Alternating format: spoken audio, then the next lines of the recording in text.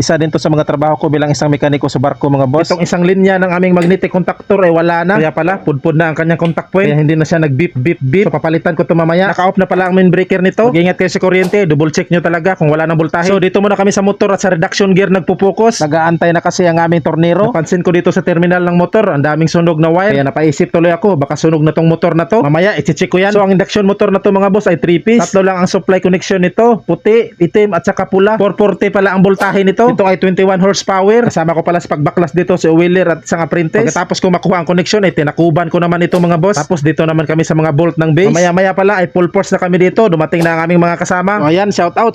Mabilisan pala ang aming gawa nito mga boss. Mahaba-haba ang proseso at madami kaming gagawin. Pero sa tingin ko hindi na ito aabot ng 3 araw at kalahati. Kasi may preparation na ako dito na coupling. Ready na ang kanyang inside diameter at outside. Tapos pinalagyan ko na ng kiwi. Pag-welding at pag-align na lang talaga ang kanyang tatrabahuin. So, sa punto na to mga boss ay nasa ibaba na ang reduction gear. Kaya dali-dali ng tinira ni Bustopi. Ito yung aming tornero na on call. Mag-check ako dito ng grounded ba siya or shorted para makapag-request agad ako ng bago kung sakaling ito ay nasunog na. Ito mga sunog na terminal niya mga boss ay re-repair ko din to kung ito ay okay pa na motor. Para maging electrician tayo ay kailangan natin ng multi-tester. Pagkatapos ititignan din natin tong diagram ng kanyang terminal. Makikita natin dito ang 220 volts at 440 volts, double Y at single Y. So hindi naman ako magaling dito at hindi rin ako nag-aaral. Base lang ito sa aking mga experience mga boss sa pag-electrical. Tapos sabayan sa pag-research sa Google at sa YouTube. Tapos sabayan sa pag-actual sa pagtitraining at pag-helper sa mga electrician. Ay sa awa ng Diyos, nagkaroon ako ng basic knowledge dito mga boss. Isa kang kupal! Pag-check ng good or bad na motor ay kailangan nating tatanggalin tong lahat ng mga termination link sa kanyang terminal. Tapos isit ko na ang aking multimeter sa continuity or resistance. 12 blades pala ang motor na to mga boss. Kukunan ko pala ng reading ang resistance, ang kanyang starting at ending ng coil. Yung una ay U1 at saka U2. Tapos U3 at saka U4. Ito namang sunod ay B1 at saka B2. Tapos ay babaw B3 at saka B4. Pero mataas ang reading ng B1 at saka B2 mga boss. Mabot ng 2.2 ohms. Ito namang W1 at saka W2. 0.7 lang ang kanyang reading. Tapos dito naman sa B1 at saka B2 mataas talaga siya mga boss. Kinukumpara ko nga siya sa iba. 0.7, 0.8 at 0.9 lang yung iba. Pero sa kanya 2.2, 2.1. Sa mga magagaling na electrician dyan, ano kaya tingin nyo ang problema nito? Comment nyo naman. Goods ba or bad? Ang W3 at W4 ay okay naman siya mga boss. Yung B1 at B2 lang talaga ang mataas oh. Take note ko lang sa inyo. Kailangan merong resistance ito at pantay ang reading. Dahil kung walang reading at magkaiba ang reading ay may problema sa motor. So isinunod ko naman sa pag-check ang short circuit test dito sa 3-piece na linya sa U1, B1 at W1. So far ay wala naman siyang reading mga boss. Dahil pag nagkaroon niya ng resistance reading ay siguradong shortage na ang iyong motor. Dadako naman tayo dito sa grounded test. Itong isang test probe ay dito sa linya ng U1, B1 at W1. Habang yung pula na test probe ay doon sa body ng ating motor. Lipat-lipat mo lang ang isang test probe sa lahat ng terminal. Kung magkaroon ng reading kahit sa isang terminal dyan ay siguradong grounded na ang iyong motor. Pero so far dito ay wala naman. Kaya sa punto na to mga boss ay ayusin ko na itong may mga sunog na terminal. Napansin ko nga dito sa mga sunog na to mga boss ay kunti na lang ang wire na nakakonekta dito sa kanyang terminal lag. Kaya minabuti ko natanggalin tong lumang terminal lag at i-repair tapos ibabalik dito sa pagkabit sa kanyang wire. Sa oras na to at sa araw na to ay wala na available na terminal lag dito sa hardware na malapit sa amin. Kaya no choice tayo, tiradang mangkanor na naman ako. Napansin ko parang boring na ang topic natin. Ganyan talaga, pagka gusto mong matuto, kailangan mong mag-focus at maging boring. So sa pagbalik ng lumang terminal lag ay kailangan gumamit lang tayo ng plier. Ipit-ipitin lang natin ito at pakpakin. Baka meron namang magbas dyan. Bakit hindi ako gumamit ng crimping tools? Siyempre, wala akong pambili. At dahil sa Pilipino ako at Pinoy ka din na nanonood, ay marami tayong baon na diskarte. Alam ko naman na alam mo rin na gumawa ng alternatibong paraan. So sa punto na to ay naipit na ang ating terminal lag. Lagyan na lang natin ito ng electrical tape para lumaki-laki ang bayad. Pagkatapos nito ay binalik ko na sa pagpaslak itong ating terminal lag at nilagyan ko na ng nut. Once na magre-repair ka ng mga terminal mga boss ay dapat pa isa-isa lang. Lalo na katulad nito, 12 blades. Even though na may mga marking ito pero iba naman ay wala. Baka magkabaliktad-baliktad pagbalik. Uusok agad ang motor pag testing.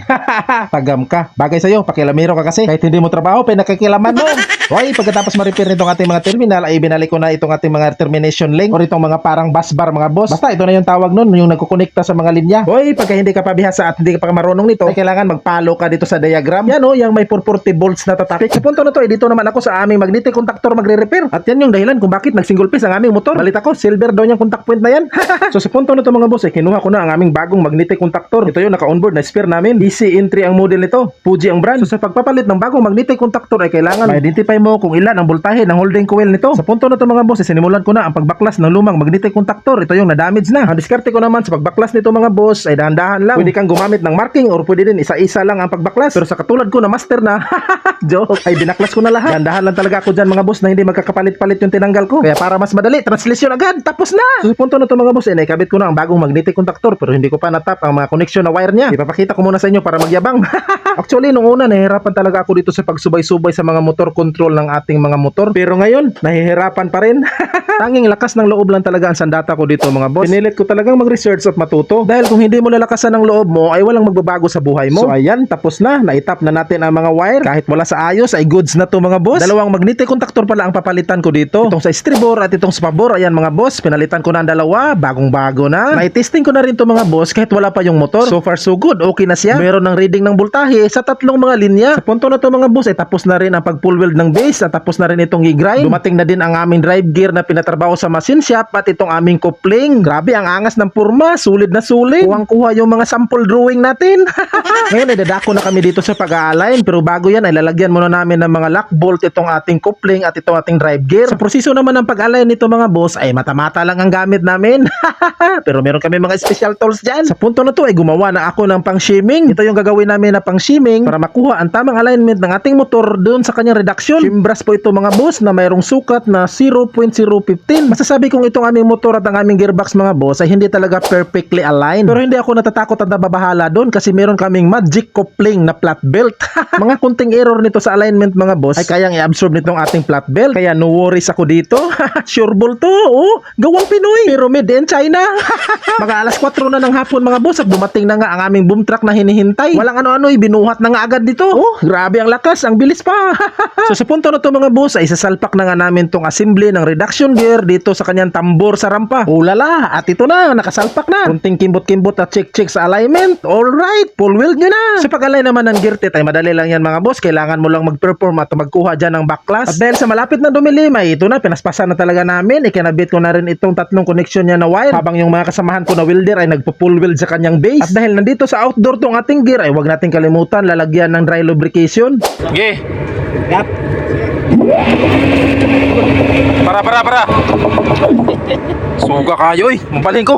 Kusog kayo. Yawa. Kusog kayo motora eh. Okay.